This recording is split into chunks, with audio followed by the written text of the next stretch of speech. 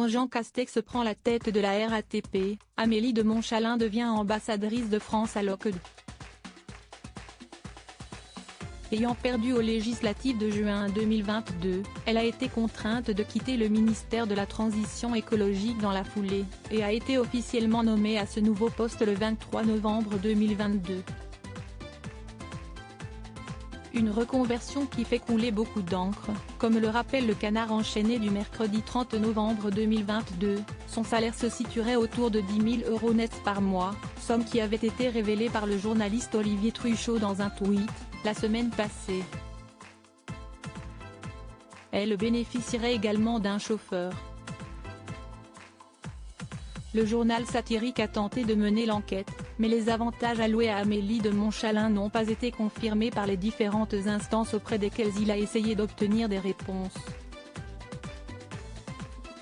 L'OCDE a renvoyé les journalistes vers le gouvernement français, tandis que le Quai d'Orsay botte en touche et leur répond, la rémunération et les moyens mis à la disposition d'Amélie de Montchalin sont conformes aux mesures de droit commun applicables pour les chefs de mission.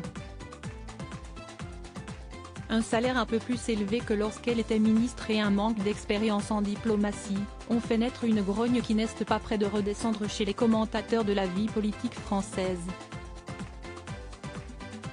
Remaniement d'Emmanuel Macron, découvrez les ministres du gouvernement Borny qui est le mari d'Amélie de Montchalin. Au cœur des critiques, la macroniste âgée de 37 ans peut toujours compter sur son mari, Guillaume de Montchalin, qui appartient à une famille de la noblesse française.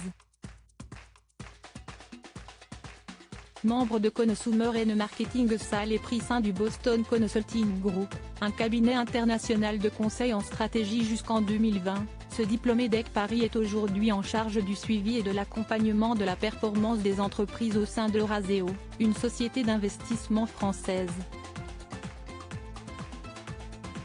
Avec lui, Amélie de Montchalin a eu 3 enfants, Berthilde en 2011, Joseph et Gauthier en 2013.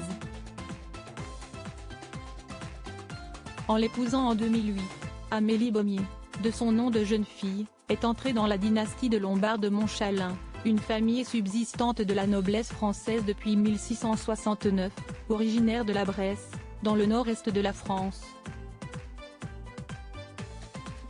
Crédit photo, Stéphane Le Mouton.